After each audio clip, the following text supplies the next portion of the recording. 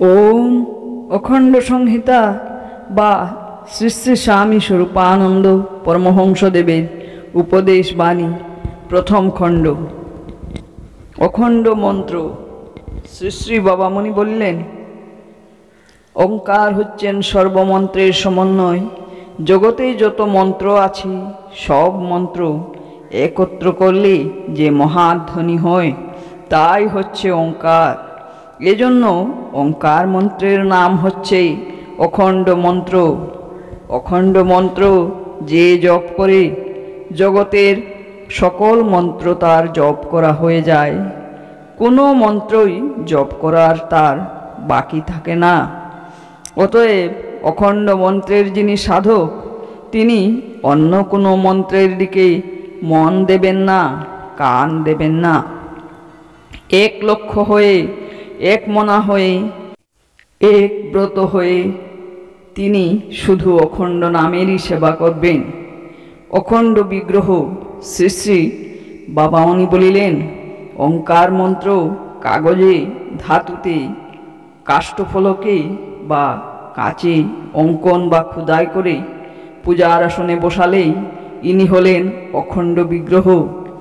অখণ্ড বিগ্রহের বর্ণ হবে শুভ্র, কারণ শ্বেত বর্ণ যেমন সকল বর্ণের সমন্বয়, অখণ্ড বিগ্রহ তেমন ব্রহ্মাণ্ডের সকল বিগ্রহের সমন্বয়।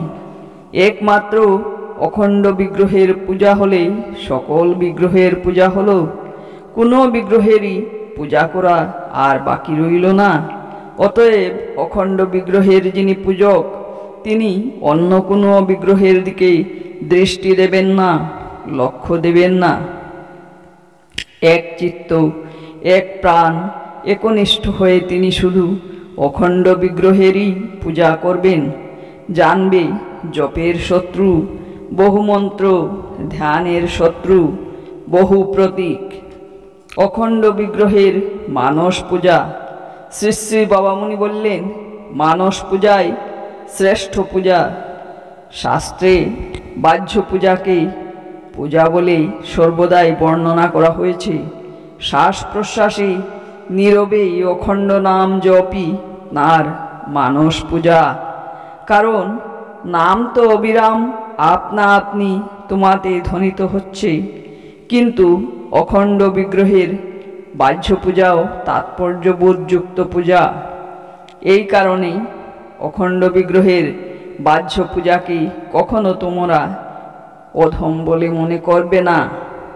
অখণ্ড বিগ্রহের বাহ্য পূজা। শ্রী শ্রী বাবামণি বলিলেন, অখণ্ড বিগ্রহের বাহ্য পূজাও অখণ্ড নামের নিত্য স্মারক। এই জন্যই অখণ্ড বিগ্রহের বাহ্য পূজাও এত প্রশস্য। বিল্লপত্র, তুলসীপত্র ও দুর্বা চন্দনাদি সহ পুষ্পাঞ্জলি দিলেই অখণ্ড বিগ্রহের পূজা হলো।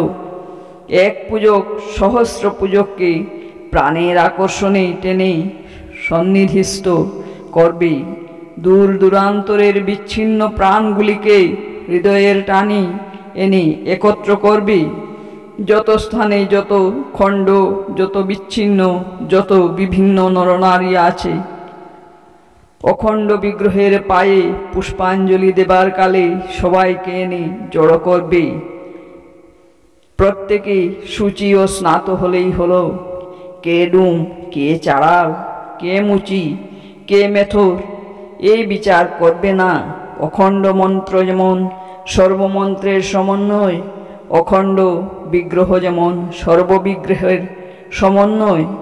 অখণ্ডের পূজক নিজে তেমনি সর্বজাতির পূর্ণ সমন্বয়। এই কথাটি মনে ভালো করে ধরে রাখবে।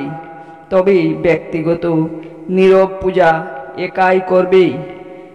সাপ্তাহিক উপাসনা বা বিশেষ তিথির বিশেষ উপাসনা ব্রহ্মাণ্ডের সকলকে নিয়ে করবে। যে কেহ ভক্তি ভরে অঞ্জলি দেবে তোমার পূজা মণ্ডপে তারই প্রবেশাধিকার থাকবে। সে এখন তোমার চিরশত্রুই হোক কিংবা কোনো বিধর্মী হোক, তবে শুচি দেহে ও ভক্তিভাব নিয়ে আসা প্রয়োজন। এই কথাটিও মনে রেখো। কুমিল্লা 23 আষাঢ় 1300। 34 বাংলা। হরি ওম।